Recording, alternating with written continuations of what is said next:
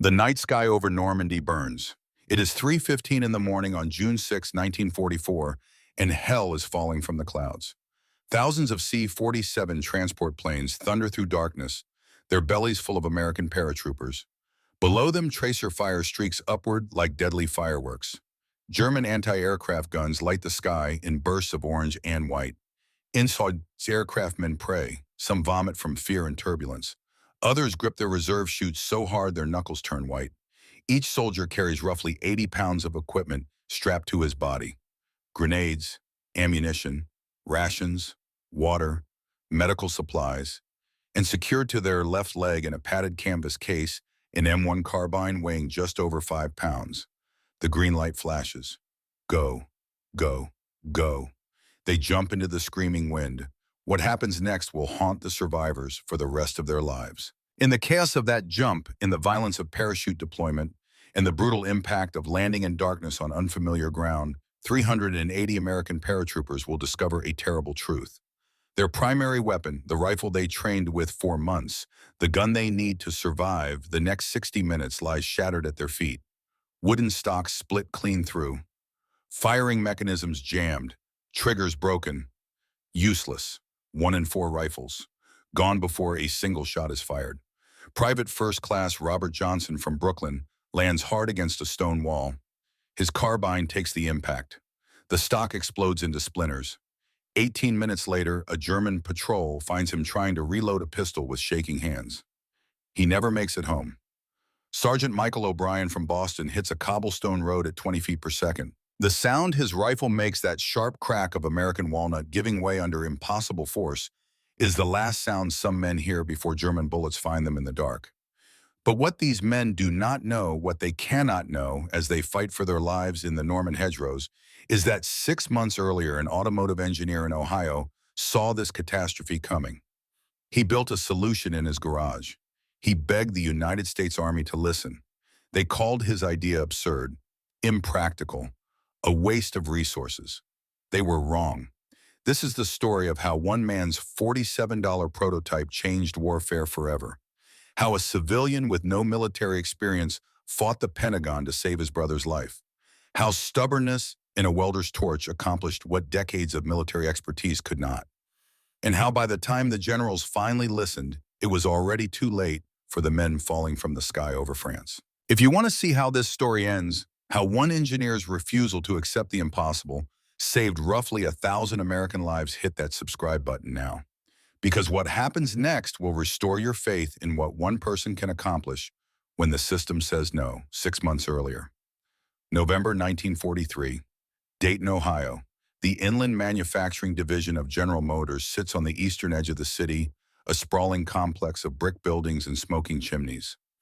Inside, on the main production floor, the sound of American industry at war fills the air. Punch presses stamp out metal parts in rhythmic thunder. Drill presses whine. Welding torches spark and hiss. And moving down assembly line 4 in an endless procession, the M1 carbine takes shape.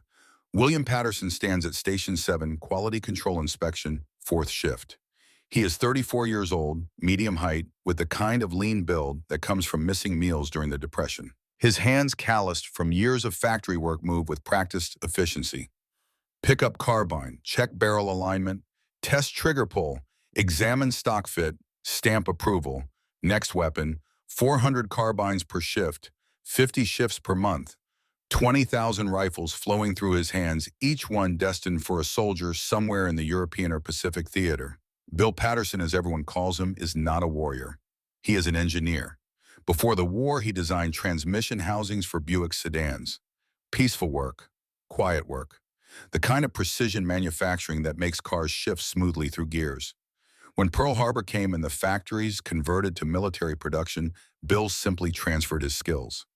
Metal is metal. Tolerances are tolerances. Whether you are building a car or a carbine, the principle remains the same. Do it right. Check your work. Accept nothing less than perfect. His father taught him that. Frank Patterson, who died in 1936 in a car accident that left Bill, already married at 26, suddenly responsible for his 18-year-old brother. That accident, that moment when everything changed, shaped everything that came after. It taught Bill that life turns on small details. A worn brake line, a missed inspection, tiny failures with catastrophic consequences. If you see a problem, his father used to say, you find the root cause. You do not just patch the symptom, you fix what is actually broken. Bill carries that lesson with him every day on the factory floor, and every week he sees a problem he cannot fix. The carbines come back, dozens of them, sometimes hundreds.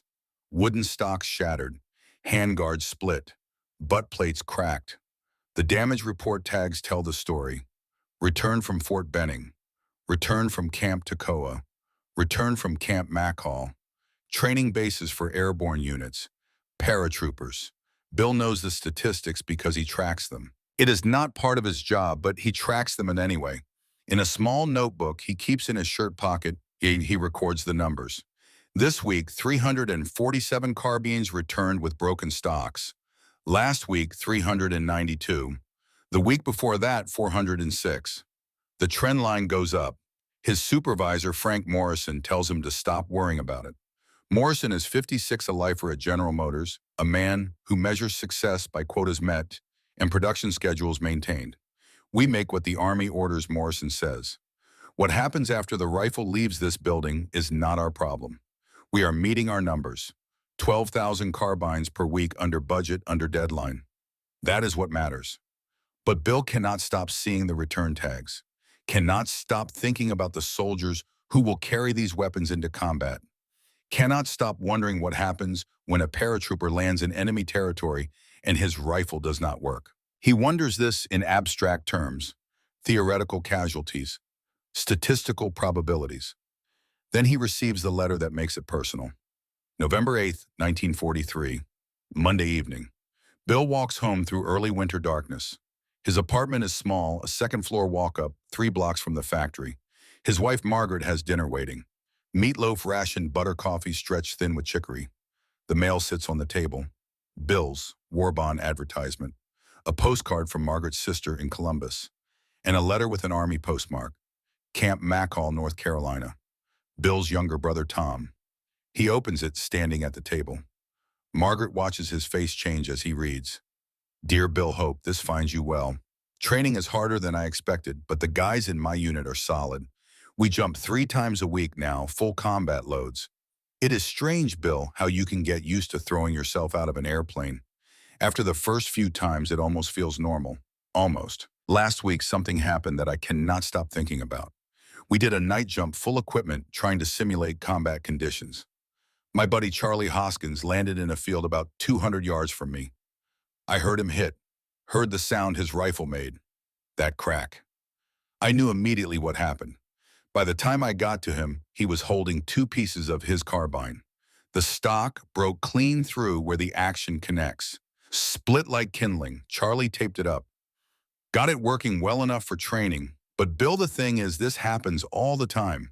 Last month, our company had 43 broken stocks. The month before, 58. They bring us replacements from supply, and we keep training. But I keep thinking about what you told me when I enlisted, about checking your work, about small failures with big consequences. What happens when we jump for real? What if I land in France with a broken gun? What if the Germans are waiting and my rifle is in 2 pieces and I have nothing but a pistol and a knife? I know you are making these carbines, thousands of them. Is there anything that can be done? I am not trying to complain. I know everyone is doing their best. But Bill, I am scared. Not of jumping, not of fighting. I am scared of landing in enemy territory and not being able to defend myself because my weapon broke on impact. Anyway, I should not burden you with this. I am sure the Army knows what they are doing. Stay safe. Tell Margaret I said hello. Love, Tom. Bill reads the letter 3 times. The meatloaf grows cold on his plate. Margaret asks what is wrong. He hands her the letter without speaking. Tom Patterson is 25 years old, 2nd Lieutenant, 101st Airborne Division.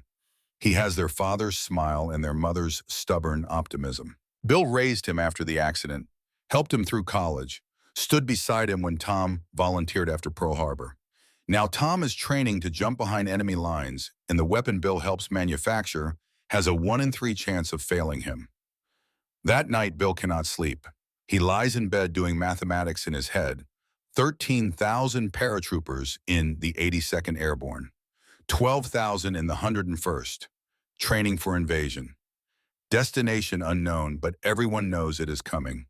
France, Germany, somewhere the war will demand that these men jump into the teeth of enemy defenses.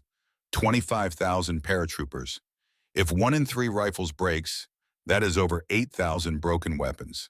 8,000 men landing in combat zones defenseless. How many of them will die because their carbines shattered on impact? The next morning, Tuesday, Bill arrives at the factory an hour early. He goes to the records department and asks for the return logs. The clerk, a woman named Dorothy who has worked at Inland since before the war, gives him access to the files. What he finds makes his stomach turn. October returns from airborne training bases 1,247 carbines, broken stocks, cracked handguards, split receivers.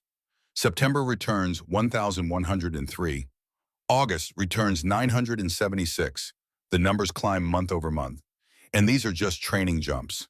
Low altitude, daylight, controlled conditions. What will happen during actual combat operations? Bill pulls the after-action reports from Operation Husky, the invasion of Sicily in July. The 82nd Airborne jumped at night under fire scattered across rough terrain. Of the 3,400 paratroopers who jumped, 847 carried M1 carbines. 262 of those weapons were damaged during the jump. 31% failure rate. The report includes casualty analysis. Units with functional weapons suffered 14.1% killed or captured in the first hour after landing. Units with broken weapons suffered 24.7% losses in the same time frame. Bill does the math. If the weapon failure rate holds and the casualty differential holds, the next major airborne operation will see hundreds of preventable deaths. Men dying not because they were shot by the enemy, but because their rifle broke before they could fire it. He thinks of Tom's letter, the fear in those words, the trust that someone somewhere is working to fix this problem. Bill closes the files and walks back to the production floor. His shift does not start for another 40 minutes. He stands at the end of assembly line 4 and watches the carbines take shape, receivers fitted to barrels, trigger assemblies installed, and at Station 12, the wooden stock attachment. American walnut selected for strength and availability, fitted and secured with precision. Beautiful craftsmanship, excellent manufacturing, a weapon that will fail 1 in 3 paratroopers when they need it most. Bill thinks about his father's lesson. Find the root cause. Fix what is actually broken. The problem is not the padding in the carrying case, not the landing technique, not the training. The problem is fundamental. Wood cannot withstand the forces of parachute landing. Organic material with grain patterns and natural variations will always have weak points. Some stocks will survive. Others will shatter. No amount of training or padding will change the basic physics. Wood fails. Men die. The solution forms in his mind with the clarity of a blueprint. He can see it almost physical, hovering in the air above assembly line 4. If wood is the problem, then wood must go. Replace it with metal. Steel can be engineered for specific properties. Heat-treated for strength. Formed into shapes impossible with wood. A tubular framework. Collapsible for compact carry during the jump. Extendable for firing. Stronger, lighter, consistent. But Bill Patterson is not a weapons designer. He is an automotive engineer who inspects carbine stocks for a living. He has no authority to modify Army specifications, no budget for experimental prototypes, no permission to even suggest changes to a design that has been frozen for mass production.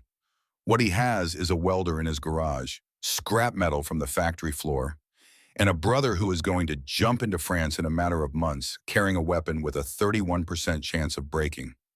That evening after his shift, Bill stops at the factory scrap bin. He pulls out a length of steel tubing 3/4-inch diameter, a few springs from rejected trigger assemblies, some ball bearings, small pieces, scrap metal destined for the recycling furnace. Nobody will miss them. He carries them home in his lunch pail. Margaret is cooking dinner when he comes through the door. She sees the look on his face and knows immediately. "What are you gonna do?" she asks. Bill sets his lunch pail on the table. The steel tube rolls out, catching the kitchen light. "I am going to build something," he says. "Something the Army should have built months ago. Is this about Tom's letter?" Bill nods. This is about Tom and Charlie Hoskins and 8,000 other men who are going to jump with weapons that will fail them. The Army has engineers, Margaret says gently. Smart people who design these things. Maybe they know something you do not.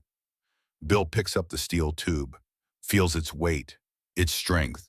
Or maybe they are so focused on what they have always done that they cannot see what needs to change. This could get you in trouble, Margaret says, modifying government equipment. Bill looks at his wife. They have been married 6 years. She knows him. Knows that once he sees a problem, he cannot rest until he fixes it. Knows that Tom is not just his brother, but his responsibility. The young man he helped raise after their father died. Tom is scared, Bill says quietly. He wrote to me because he thinks I can help, because he trusts me to do something. I cannot let him jump into France with a rifle I know will break. Margaret is silent for a long moment. Then she nods. You will need coffee, she says. It is going to be a long night. Bill carries the steel tube out to the garage, a small space behind their apartment building, barely large enough for his workbench and tools. He has a vise, a drill press, a welder he bought secondhand before the war. Basic equipment for a man who likes to work with his hands. He clears the bench and lays out the tube, examines it in the light of a single bulb hanging from the ceiling. In his mind, he can see the finished design, a folding stock, tubular steel framework, a hinge mechanism with ball detent locks, compact when folded for jumping, solid when extended for firing, simple in concept, difficult in execution, but possible. He thinks of Tom reading that letter over and over in a barracks at Camp McCall, scared, trusting, waiting for someone to fix what everyone else has accepted as unsolvable. Bill Patterson is not a military man, not a weapons expert, not an innovator or a hero. He is just an engineer who sees a problem and cannot walk away. An older brother who made a promise to keep his family safe. He plugs in the welder and pulls on his gloves. Outside November, darkness settles over Dayton. The war continues on distant continents. Generals plan invasion routes. Soldiers train for battles yet to come. And in a small garage behind a factory apartment, by the light of a single bulb, one man begins to build a solution that will save roughly 1,000 lives. If the Army will listen, if time does not run out first, if Tom survives long enough to use it. The welder sparks to life. Bill takes a breath and begins. The clock is already ticking. December 1943 slides into January 1944, and the world holds its breath. Everyone knows invasion is coming. The only questions are where and when. In England, American and British forces mass for the largest amphibious operation in history. In training camps across the United States, airborne units prepare for the jump that will precede the beach landings. And in Dayton, Ohio, Bill Patterson works 2 jobs. By day, he inspects carbines on the factory floor. By night, he builds a solution in his garage. The prototype takes shape slowly. The steel tube becomes a framework. The hinge mechanism, crude at first, improves through iteration. Patterson discovers that folding stock design is harder than transmission housing design in ways he did not anticipate. A car part that fails makes the vehicle stop. A rifle part that fails gets someone killed. The margin for error is 0. He builds 17 prototypes in 6 weeks. Each one fails in testing. The first hinge breaks under stress. The second wobbles too much for accurate shooting. The 3rd through 7th versions have locking mechanisms that jam. The 8th prototype looks promising until Patterson drops it from 15 feet onto concrete and the weld joint cracks. Failure after failure. Metal scraps piling up in the corner of his garage. Margaret bringing him coffee at midnight and finding him hunched over the workbench, eyes red from welding, flash hands blistered from burns he barely notices. "Why do you keep trying?" she asked one night. "You have already proven it cannot be done." Patterson looks up from prototype number 12. "I have proven that 11 designs do not work. That is not the same as proving it cannot be done." But even as he speaks, doubt creeps in. Maybe the Army engineers are right. Maybe wooden stocks are the best available option. Maybe he is just a civilian with delusions of competence wasting time on a problem that has no solution. Then the morning mail brings news that erases all doubt. January 15th, 1944. Another letter from Camp McCall. This time Tom's handwriting looks hurried, almost frantic. Bill, we got deployment orders. Shipping to England in April for final staging. That means the invasion is coming soon, probably early summer. I'm trying not to think about it too much, but I cannot help calculating odds. Our last 3 training jumps, 15 broken rifles out of 42 men. That is 36%, Bill, more than 1 in 3. Yesterday during briefing, Lieutenant Morrison told us to expect heavy casualties in the first wave. Said statistically 20 to 30% of us will not make it through the first day. I can handle that. I volunteered knowing the risks. But Bill, the thing that keeps me up at night is landing in the dark with Germans shooting at me and my rifle in pieces at my feet. That is not combat. That is just bad luck. Preventable bad luck. I know you are busy. I know the whole country is working flat out to win this war. But if there is anything at all that can be done about these stocks, now is the time. We have maybe 3 months before we jump for real. Stay safe, brother. Pray for us. Tom Patterson reads the letter standing in the kitchen. Margaret has already left for her shift at the rationing board office. The apartment is quiet except for the ticking of the wall clock. Each tick a second closer to April. Each second bringing Tom closer to a plane over France. A jump into darkness. A landing that might shatter his weapon and leave him defenseless. 3 months, 90 days, not nearly enough time to design, test, manufacture, and distribute a new stock design through proper channels. Even if Patterson had a perfect prototype today, even if the Army approved it immediately, the lead time for production tooling and contractor coordination would take 6 months minimum.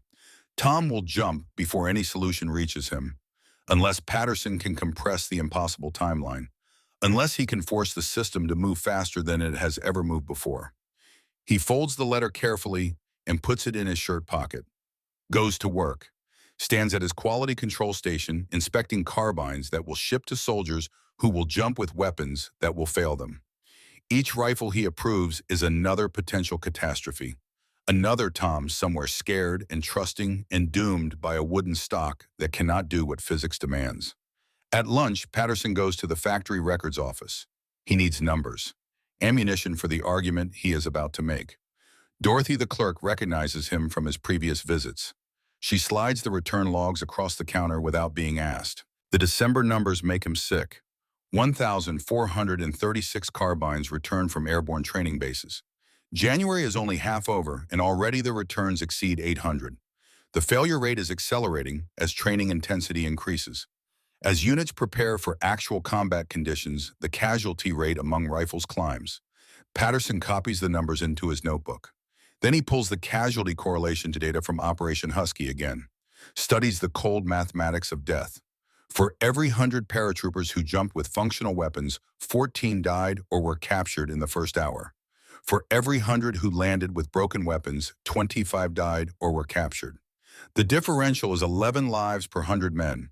Apply that ratio to 25,000 paratroopers in the coming invasion, assume 30% weapon failure rate, and the math yields a nightmare.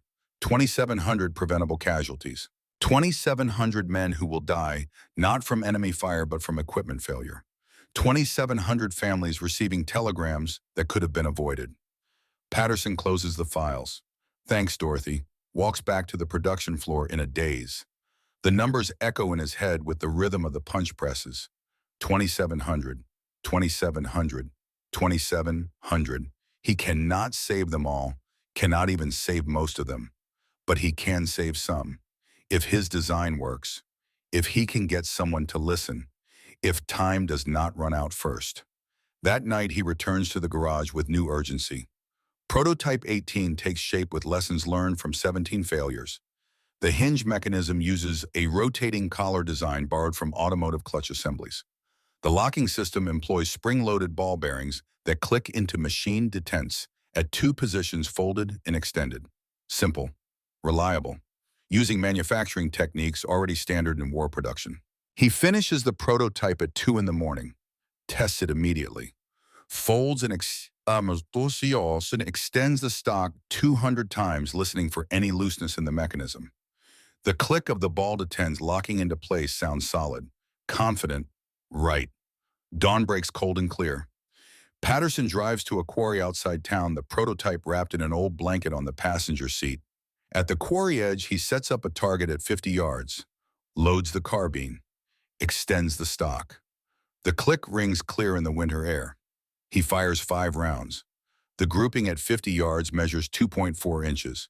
Not quite as tight as a wooden stock, which typically groups at 2.1 inches, but close enough. Acceptable for combat ranges. The slight accuracy penalty is a small price for a stock that will not shatter on landing. Now the real test. Patterson folds the stock and secures the carbine in a standard-issue parachutist carrying case. Climbs to a ledge 15 feet above the quarry floor, roughly equivalent to the height of a hard parachute landing. Takes a breath, throws the cased weapon down onto rock. The impact echoes across the quarry. Patterson scrambles down and retrieves the case. His hands shake as he opens it. Inside the carbine looks undamaged. He pulls it out, extends the stock. The click sounds perfect. Chambers around. Fires. The rifle functions flawlessly. He repeats the test 6 more times, varying the angle and force of impact. 7 drops from 15 feet, 7 perfect recoveries, 0 failures. Patterson sits on the cold rock with the carbine across his lap and allows himself one moment of pure relief. It works. After 17 failed prototypes and 2 months of sleepless nights, he has built a solution that actually works. Now comes the hard part, convincing the United States Army to use it. Monday morning, February 14th, 1944, Valentine's Day. Patterson takes the prototype to work hidden in his lunch pail. During morning break, he asks Frank Morrison for 10 minutes in the office. Morrison is filling out production reports when Patterson enters. He looks up with the weary expression of a man who has heard every complaint and suggestion the factory floor can generate. "What is it, Bill? Make it quick. We have quotas to hit." Patterson sets the prototype on Morrison's desk. The folding stock looks alien next to the standard carbine. Skeletal. Strange. Morrison picks it up with obvious skepticism. "What am I looking at here?" "A solution to the broken stock problem. I have tested it extensively. 7 drops from 15 feet onto rock. 0 failures. The wooden stock fails 37% of the time under identical conditions." Morrison examines the mechanism, folds and extends the stock. The ball-detents click precisely into place. His expression remains neutral. "You built this?" Patterson nods. "Use scrap materials from the factory floor. Machined the parts in my garage. I know it looks unconventional, but the engineering is sound." Morrison sets the prototype down and leans back in his chair. His face has gone from neutral to concerned. "Bill, do you understand what you have done here? You modified a government-issued carbine without authorization. That is a federal offense. 10 years in prison and $10,000 in fines. You could be prosecuted for this. The weapon I modified was one I purchased personally for testing purposes. I used scrap materials that were destined for recycling. No government property was damaged. That is a technicality and you know it." Morrison stands and walks to the window overlooking the factory floor. "Bill, I like you. You are a good worker, precise, reliable. But you are not a weapons designer. You do not have the expertise or the authority to modify Army specifications. My brother is a paratrooper. He is going to jump into France in a few months. He wrote to me about the broken stock problem. I had to do something." Morrison turns from the window. His voice softens but remains firm. "I understand. I have a nephew in the 82nd Airborne. I know what these boys are facing. But you cannot fix the whole war from a garage in Dayton. The Army has engineers, smart people at Springfield Armory and Aberdeen Proving Ground who design these weapons for a living. If there was a better solution, they would have found it, unless they are so committed to the existing design that they cannot see alternatives. Sometimes it takes an outsider to notice what experts miss, or sometimes it takes an expert to understand why certain approaches do not work." Morrison picks up the prototype again, studies it more carefully this time. "I will grant you this much. It is clever, innovative. But Bill, even if this design is perfect, getting it adopted would take years. The carbine design is frozen. Production lines are optimized. 12 contractors are making these weapons to exact specifications. Any modification would require retooling, worker retraining, quality control updates. We would lose weeks of production. Tens of thousands of weapons not delivered to soldiers who need them right now. Unless we manufacture the folding stock as a separate component. Ship it to airborne units as optional equipment. Soldiers who do not jump keep their wooden stocks. Paratroopers get the folding version. No disruption to main production. Just one additional variant. Morrison is silent for a long moment. He sets the prototype down and returns to his desk.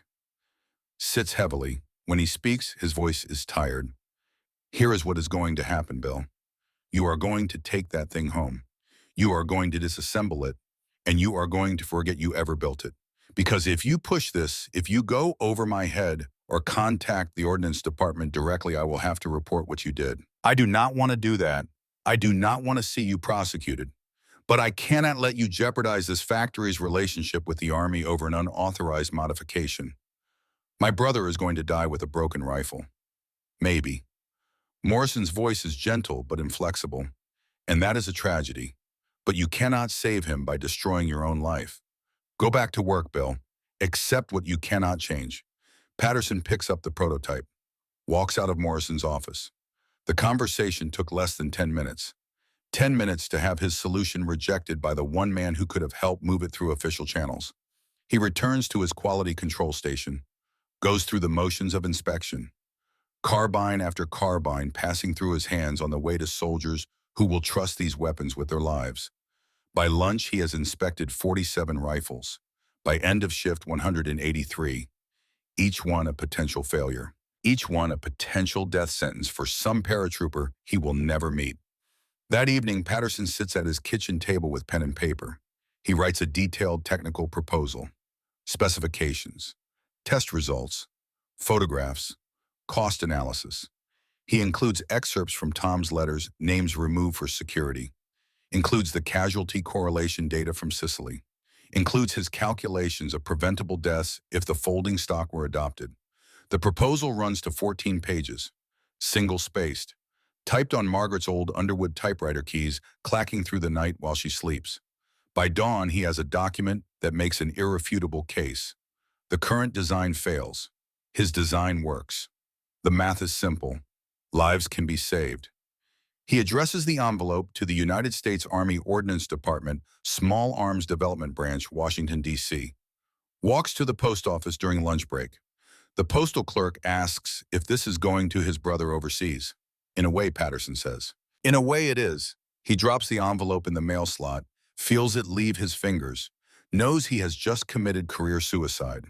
Morrison will find out eventually when the Ordnance Department contacts Inland to verify Patterson's employment, when questions are asked about unauthorized weapons modification. But Tom is worth it. 2,700 potential casualties are worth it. Sometimes you have to bet everything on what you know is right, even when the system tells you to stand down.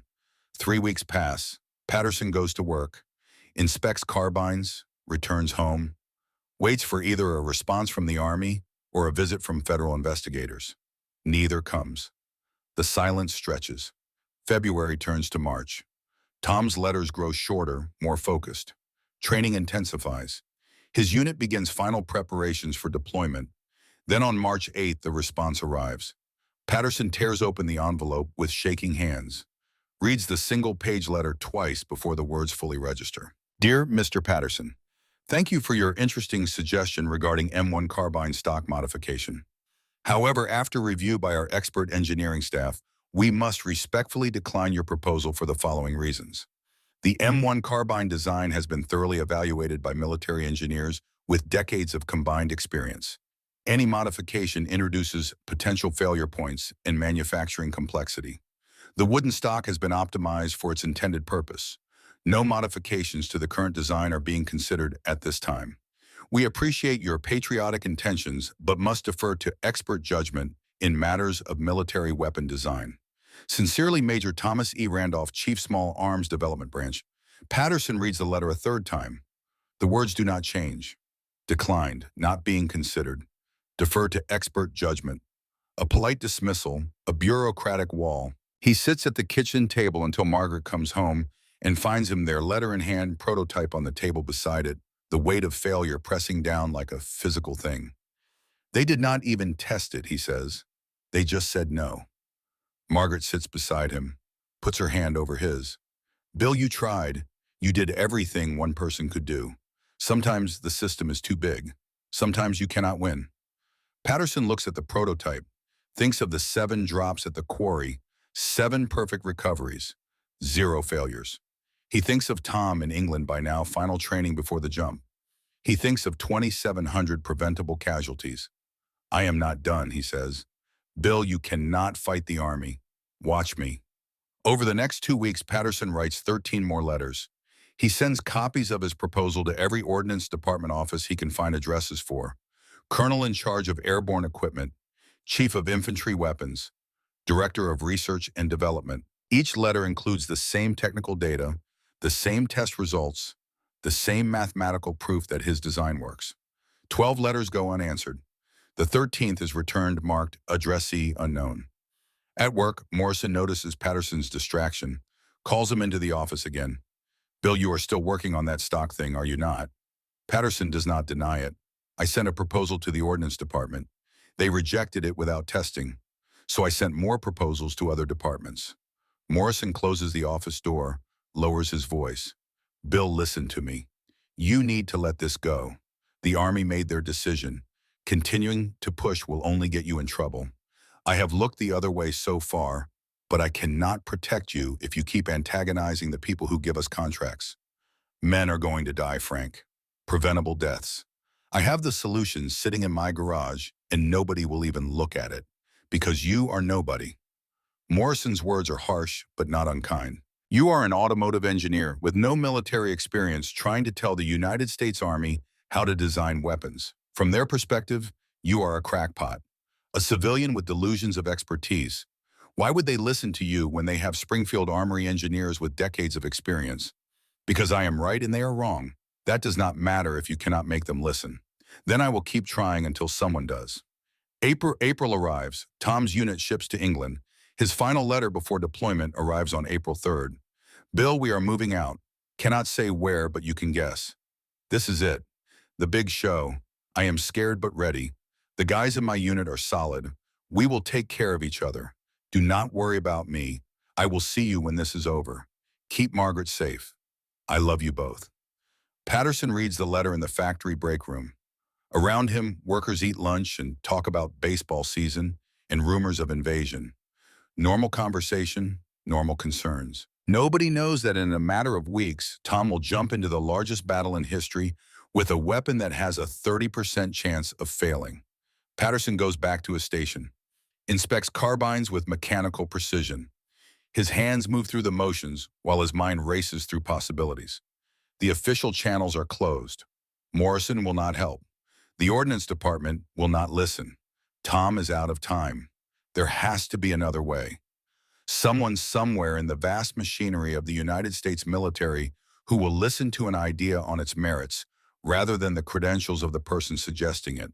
Someone who values results over procedure, innovation over tradition. The problem is finding that person before Tom jumps. The phone call comes on April 23rd at 2:15 in the afternoon.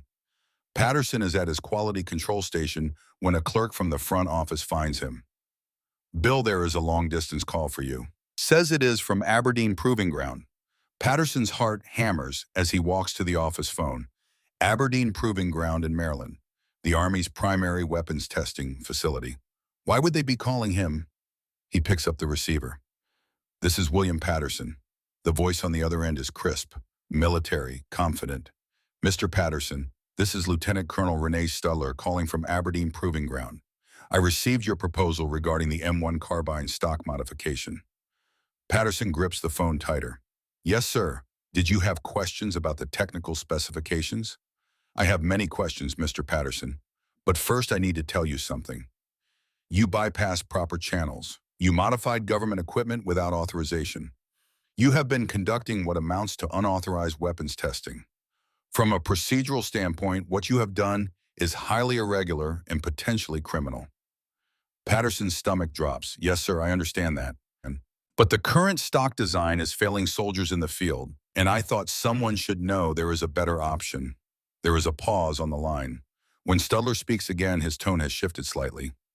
Mr. Patterson, I have reviewed your test data. I have examined your photographs. I have read your casualty analysis from Operation Husky. Your proposal has merit. Sir, I said your idea has merit. The ball detent locking mechanism is clever. The folding framework addresses the durability issue without excessive weight penalty. Your testing methodology, while unorthodox, appears sound. I want to see this prototype. Patterson's mind reels. Someone is actually listening. After weeks of rejection and bureaucratic walls, someone with authority is taking him seriously. I can send it to you immediately, sir. No, Studler's voice is firm. I cannot accept a prototype built with borrowed government equipment. The paperwork would create problems neither of us needs. Can you build another one using entirely your own materials? Yes, sir. I can build another prototype. You have 2 weeks. Ship it to me at Aberdeen. I will conduct official testing. But Mr. Patterson, I need you to understand something. I am one officer. The Ordnance Department is an institution with established procedures and strong opinions. Even if your design test perfectly getting it approved and manufactured will be extremely difficult. Do not get your hopes up. Sir, my brother is a paratrooper in England, right now waiting to jump. Hope is all I have left. Another pause. Then Studler's voice quieter. What is your brother's unit? 101st Airborne Division, 2nd Lieutenant Thomas Patterson. I had a cousin in the 82nd. He jumped at Sicily. His weapon malfunctioned during landing. He died 20 minutes later in a firefight he could not properly engage in. So I understand what you are trying to prevent, Mr. Patterson. Build me that prototype. 2 weeks. I will do what I can. The line clicks dead. Patterson stands holding the phone, barely breathing. Someone is listening. Someone who understands. Someone with the authority to actually test his design through official channels. He has 2 weeks to build a perfect prototype. 2 weeks to prove his design works. 2 weeks to give Tom and thousands of other paratroopers a chance at survival. He goes back to his station, finishes his shift in a daze. That evening, he returns to the garage and begins building prototype 19. This time with the knowledge that someone will actually evaluate it. This time with real hope. The prototype takes shape over 12 days of obsessive work. Patterson uses money from his savings to purchase steel tubing from a metalworking supplier, high-quality ball bearings from a hardware store, springs from an auto parts shop. Every component purchased with his own funds. Receipts kept carefully in case questions arise about material sourcing. He works late into each night. Margaret brings him dinner in the garage. Sometimes she stays watching him work, understanding without words that this is more than just metal and mechanics. This is a last desperate attempt to save his brother. By May 6th, the prototype is complete, better than the original in every way. Tighter tolerances, smoother action.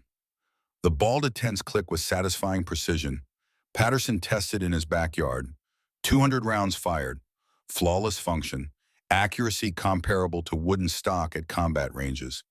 He packages it carefully, includes detailed specifications, assembly instructions, material sourcing documentation, and test results from his backyard and quarry trials. Everything an engineer at Aberdeen would need to replicate and verify his design.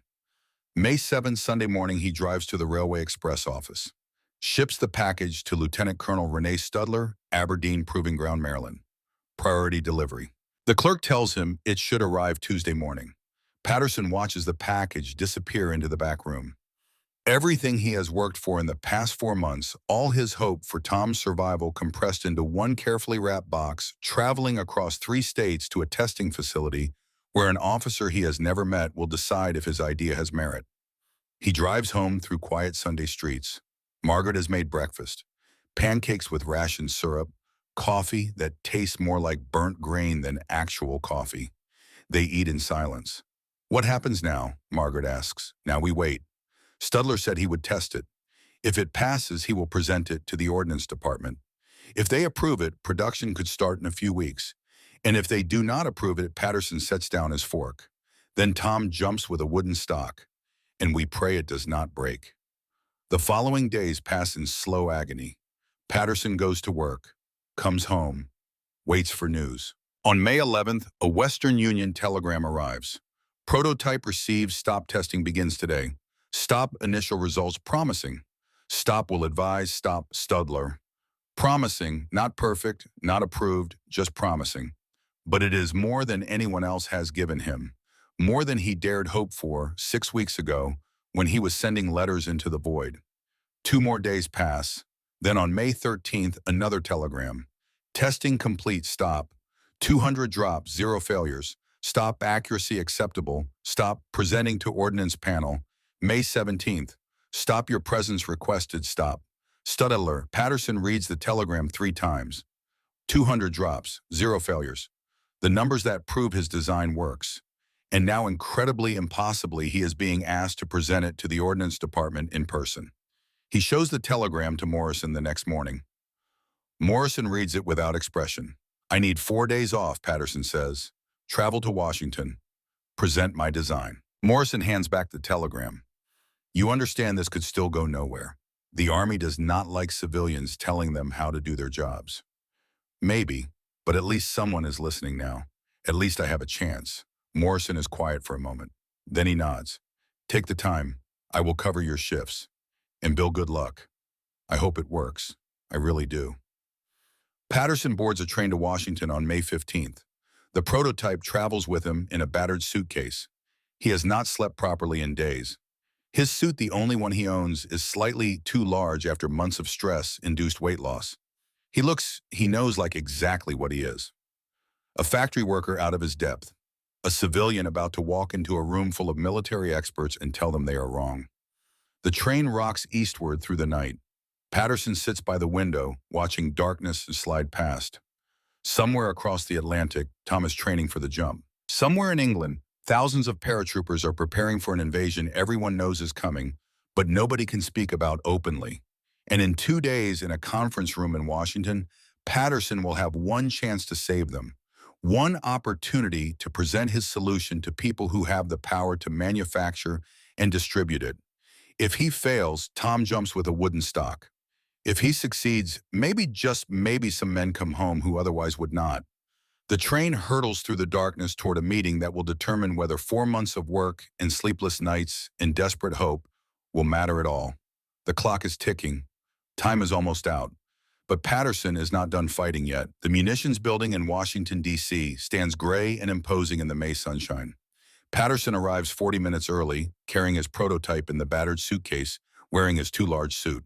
A security guard directs him to conference room 3B on the 2nd floor. The room is already filling when he enters. 15 men in military uniforms and civilian clothes arrange themselves around a long, mahogany table. At the far end, Lieutenant Colonel Stuttler stands talking with 2 other officers. He sees Patterson and nods slightly. A small gesture of acknowledgement. You made it. Now comes the hard part. Patterson takes a seat near the door, sets his suitcase beside the chair, watches the room fill with expertise and authority. These men, he knows, have designed weapons for decades. They have engineering degrees from West Point and MIT. They have tested thousands of firearms at Aberdeen and Springfield Armory. They have forgotten more about weapons design than Patterson will ever know, and he is about to tell them they are wrong. At 9 o'clock precisely, Stuttler calls the meeting to order. Gentlemen, thank you for coming. We are here to evaluate a proposed modification to the M1 Carbine submitted by Mr. William Patterson, a civilian engineer from Inland Manufacturing. Mr. Patterson has developed a folding stock variant specifically designed for airborne operations. I have conducted preliminary testing at Aberdeen with promising results. Mr. Patterson, please present your design. Patterson stands. His hands shake slightly as he opens the suitcase and removes the prototype, sets it on the table. 15 pairs of eyes examine it with expressions ranging from curiosity to barely concealed skepticism. He begins his presentation, voice steady despite the adrenaline flooding his system. Gentlemen, the M1 Carbine is an excellent weapon for its intended purpose, but airborne operations subject equipment to forces beyond normal combat stress. Current data shows a 31% weapon failure rate during parachute jumps. This is not a training problem or a technique problem. It is a fundamental design problem. Wood cannot consistently withstand the impact forces of parachute landing. He shows photographs of broken stocks from training and exercises, points to the splintered wood, the cracked receivers, the shattered handguards. These failures leave paratroopers defenseless at the moment they are most vulnerable. Analysis from Operation Husky shows that soldiers with broken weapons suffer 76% higher casualties in the first hour after landing. A major at the middle of the table interrupts. Major Thomas Randolph, the nameplate reads. The same man who sent the rejection letter. Mr. Patterson, your concern is noted, but the M1 carbine design has been thoroughly evaluated by expert military engineers. The wooden stock is optimized for strength, weight, and manufacturing efficiency. Any modification introduces complexity and potential failure points. Patterson nods. You are correct, sir. Any modification does introduce new potential failures. But the current design has a guaranteed failure point. Wood breaks under these conditions, not sometimes. Predictably, 1 in 3 times. He demonstrates the folding mechanism, extends and collapses the stock. The ball detents click with precise authority. This design eliminates the weak point, steel tubing instead of wood. The folding mechanism uses ball detent locks, the same principle used in automotive transmissions. Simple, reliable, using existing manufacturing techniques. Another officer speaks.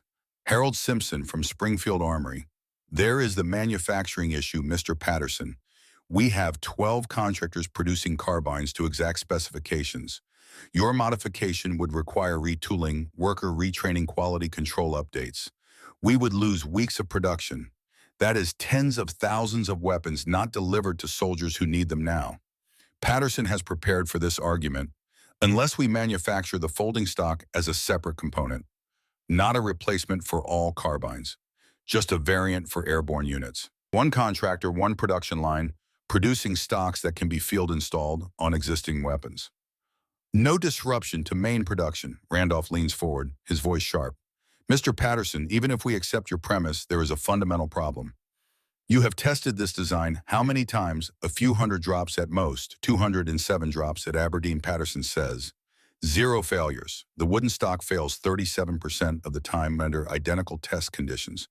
200 drops is statistically insignificant. We produce 150,000 carbines per month, 1.8 million per year. Your sample size proves nothing about reliability across millions of units in varied combat conditions.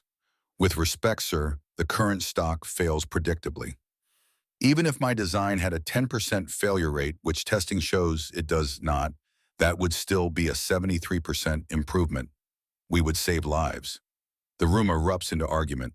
Multiple officers talking over each other, concerns about manufacturing, questions about field reliability, debates over whether testing protocols were sufficient. Patterson stands at the head of the table, feeling control slip away. These men do not want to be wrong, do not want to admit that a civilian saw something they missed. Then Studler stands. His voice cuts through the chaos. Gentlemen, listen to me. The room quiets. All eyes turn to the lieutenant colonel. I have reviewed Mr. Patterson's design extensively. I have personally supervised testing at Aberdeen. And I am going to tell you something you do not want to hear. He pauses, lets the silence stretch. He is right, and we are wrong. Randolph's face reddens. Colonel Studler, this is highly inappropriate. We have procedures for evaluating equipment modifications. We have experts whose job is to assess these proposals.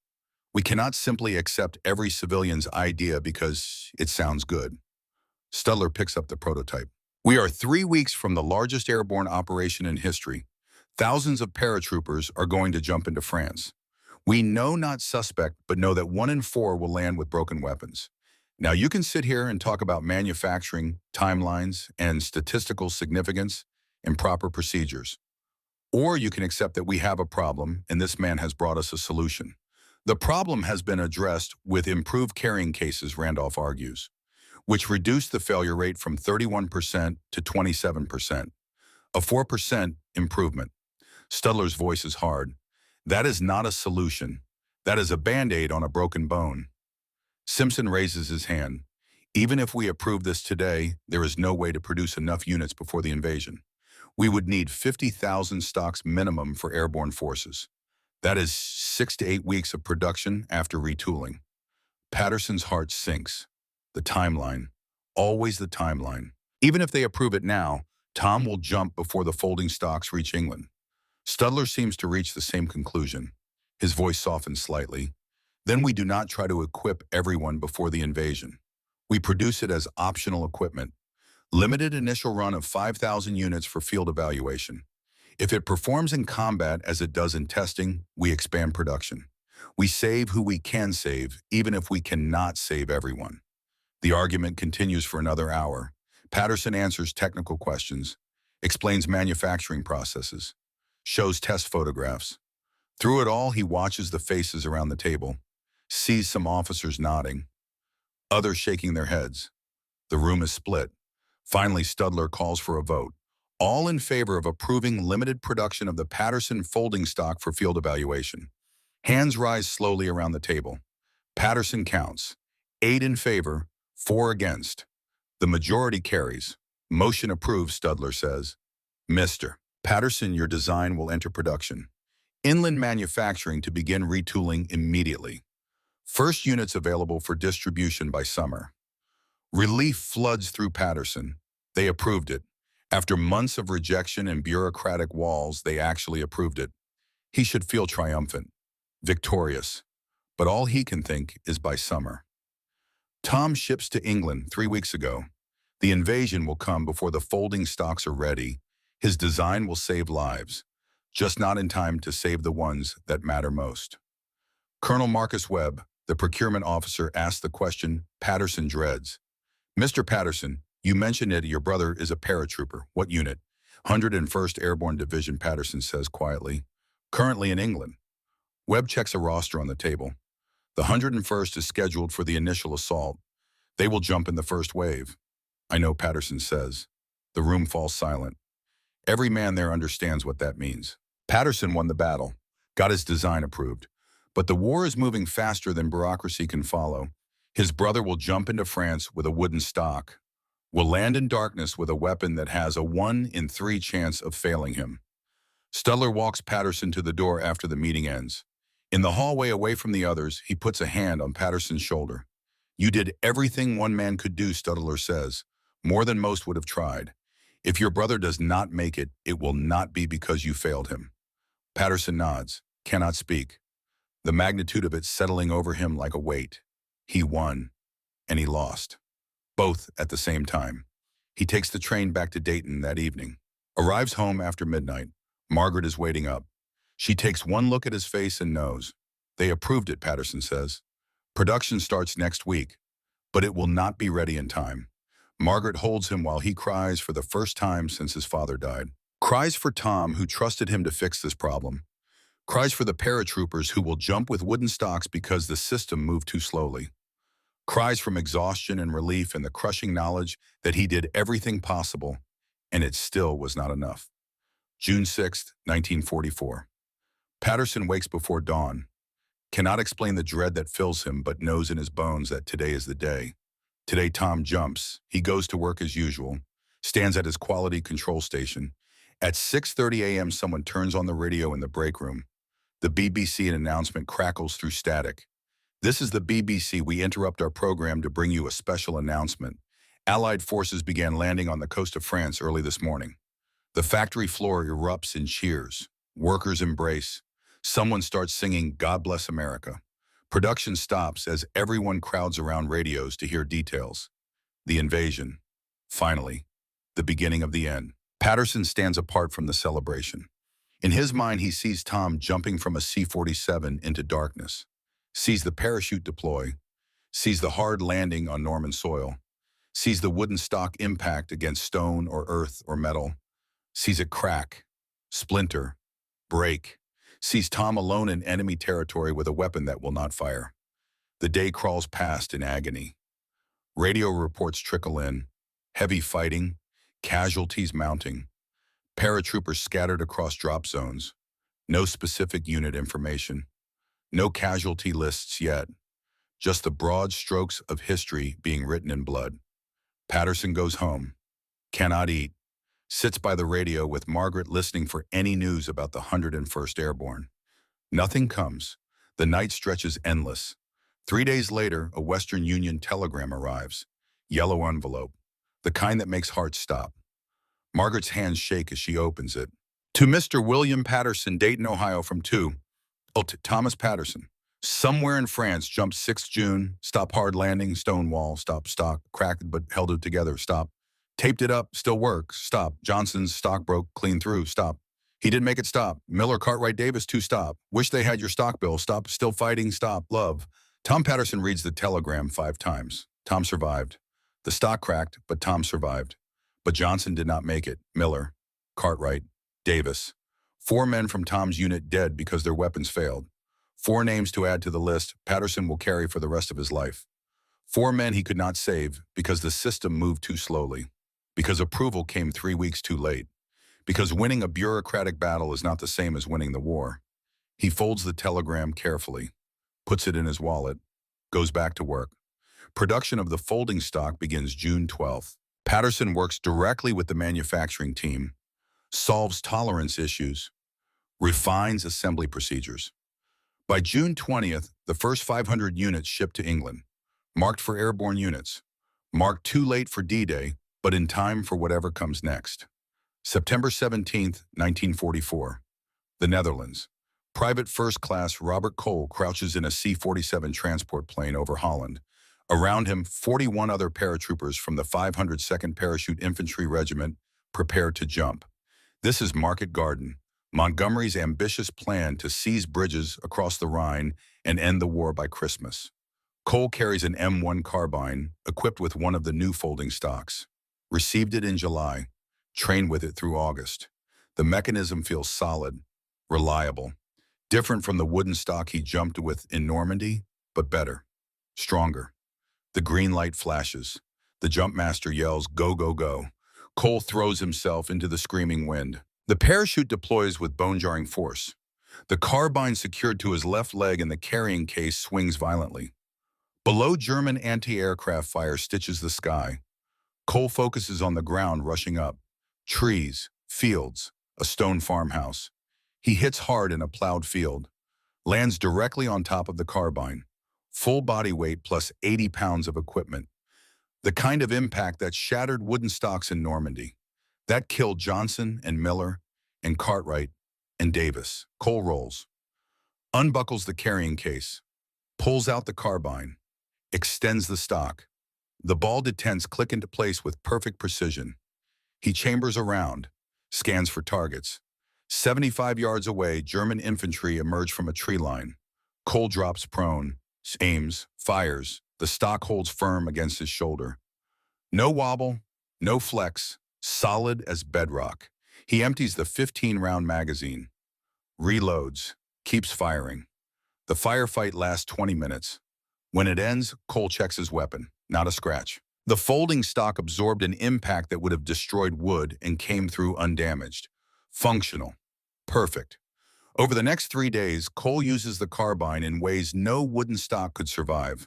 Smashes through a window, uses it as a lever to force open a jammed door, crawls through drainage ditches. The weapon takes abuse that would have cracked walnut a dozen times over. Meanwhile, Charlie Company, which has not received folding stocks yet, reports 6 broken weapons in the first hour of the drop. 2 of those soldiers die in subsequent firefights because they could not properly engage the enemy. The pattern from D-Day repeats. Men with folding stocks survive impacts that would have destroyed wooden stocks. Men without folding stocks face the same lethal lottery. Some get lucky, others do not. By September 25th, the after-action reports begin filtering back to Ordnance Department. The data is undeniable. Units equipped with folding stocks experience a 4% weapon failure rate during Market Garden. Units with wooden stocks experience 28% failures. The differential saves an estimated 54 lives in that operation alone. Major Randolph, who voted against the folding stock in May, writes a memo to Studler. Field reports confirm Patterson's stock performs as advertised. I was wrong to oppose adoption. Recommend expanding production to all airborne units immediately. Production ramps up through October. Winchester and Underwood contractors come online. By November, 15,000 folding stocks per week flow to combat units. The designation is formalized. Stock carbine folding. M1A1. Patterson receives copies of the field reports, reads testimonials from soldiers who landed on their weapons and walked away with functional rifles. Each report is a small victory, a life saved, but he cannot read them without thinking of Johnson, Miller, Cartwright, Davis. The men who jumped too early, the ones he could not save.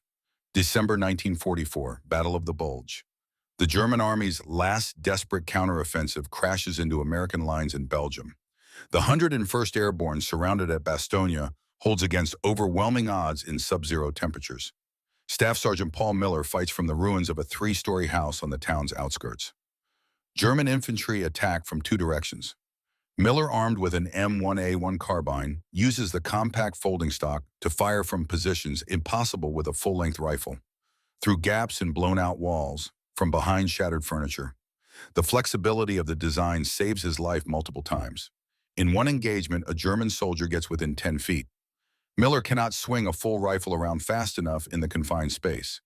But he folds the stock, fires from the hip, stops the threat, extends the stock again when he has room. That adaptability, that tactical flexibility, keeps him alive through 11 days of siege.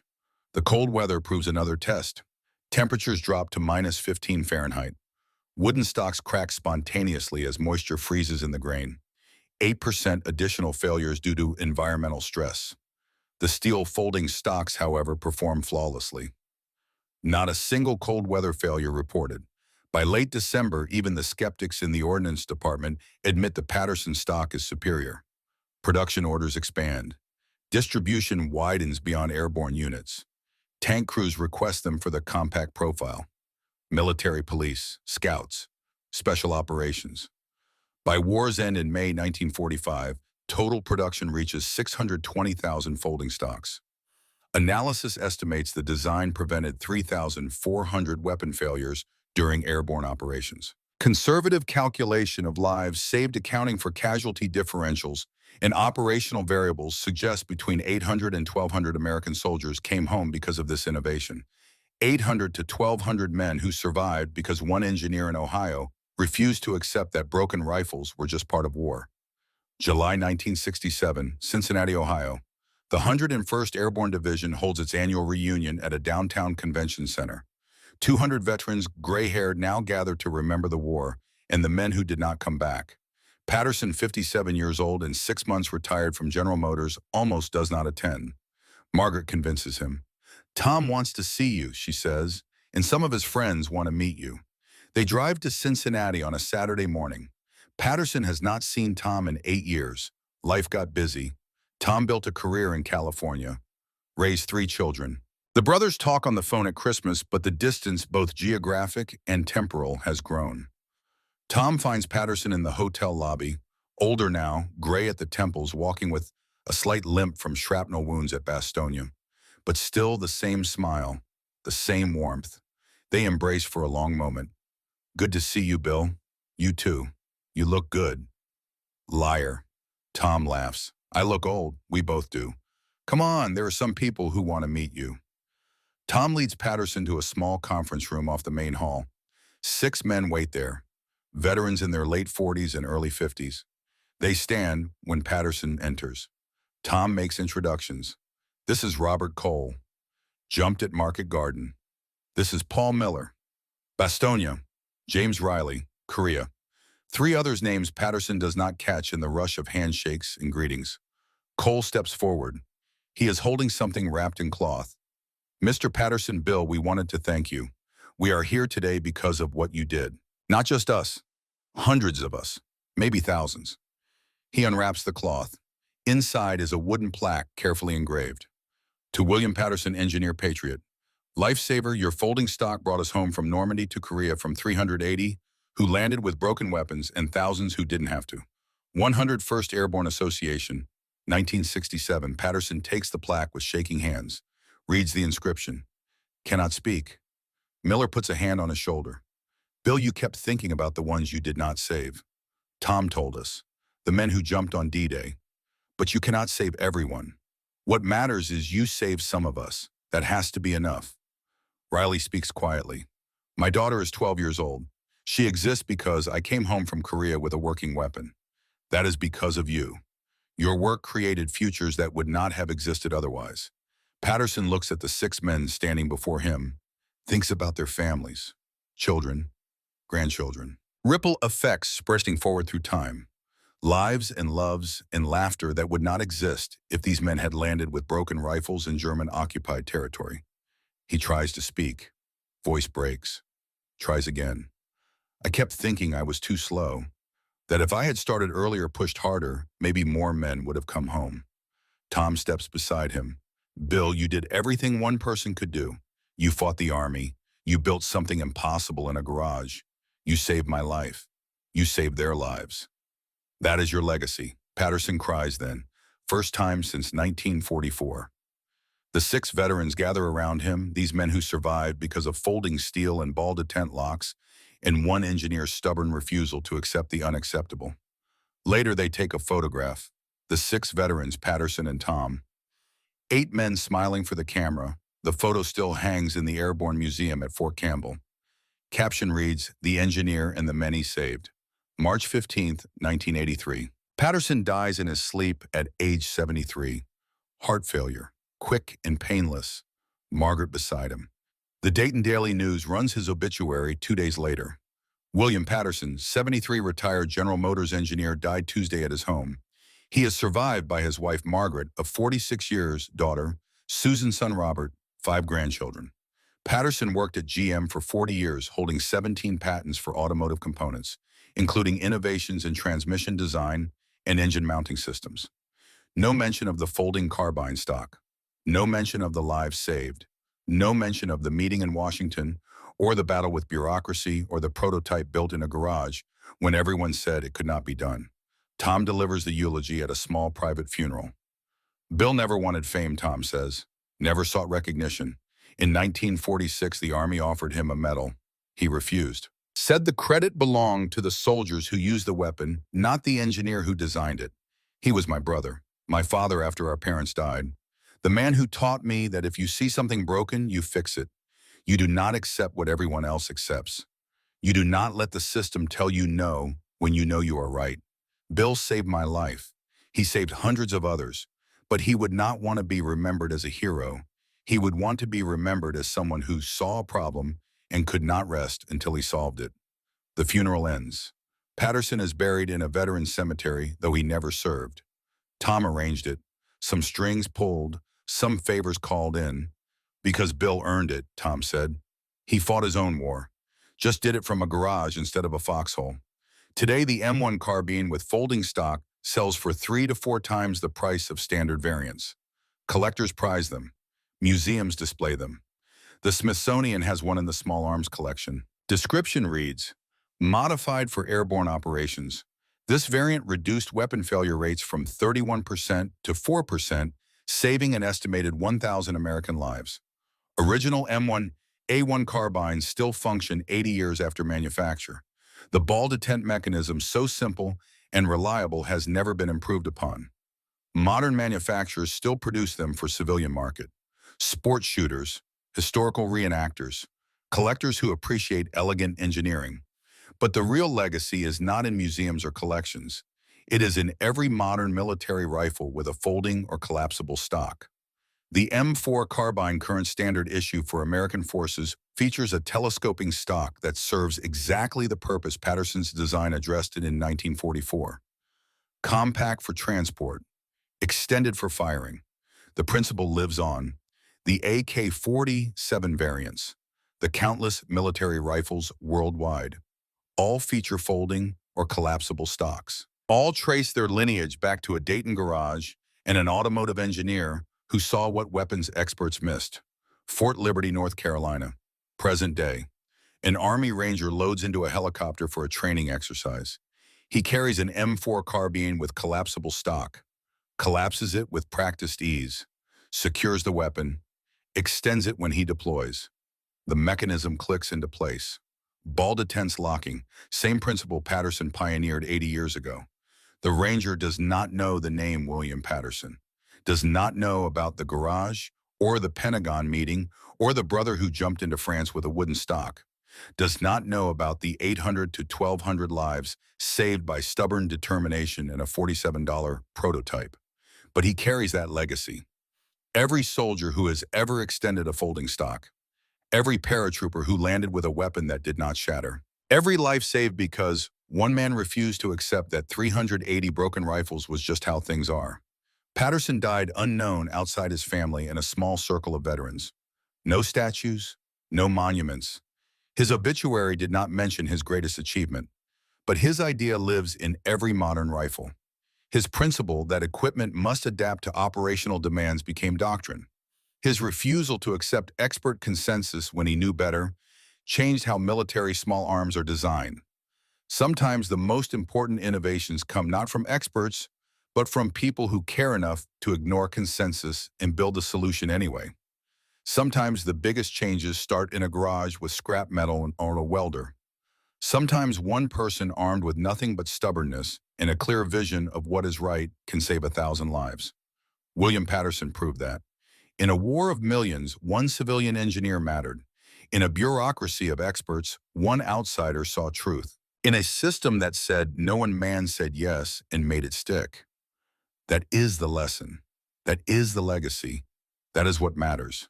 Not the fame he never wanted, not the recognition he refused, but the simple fact that when he saw men dying from a problem he could solve, he solved it. When the system told him to stop, he kept going. When everyone said it was impossible, he built it anyway. 800 to 1,200 American soldiers came home because of that. Fathers who raised children, men who built businesses, veterans who told stories to grandchildren about the war and the weapons that kept them alive. They do not all know Patterson's name, but they carried his work, trusted his engineering, bet their lives on folding steel and ball tent locks. And they survived. That in the end is enough. More than enough. Everything. The rest is just details.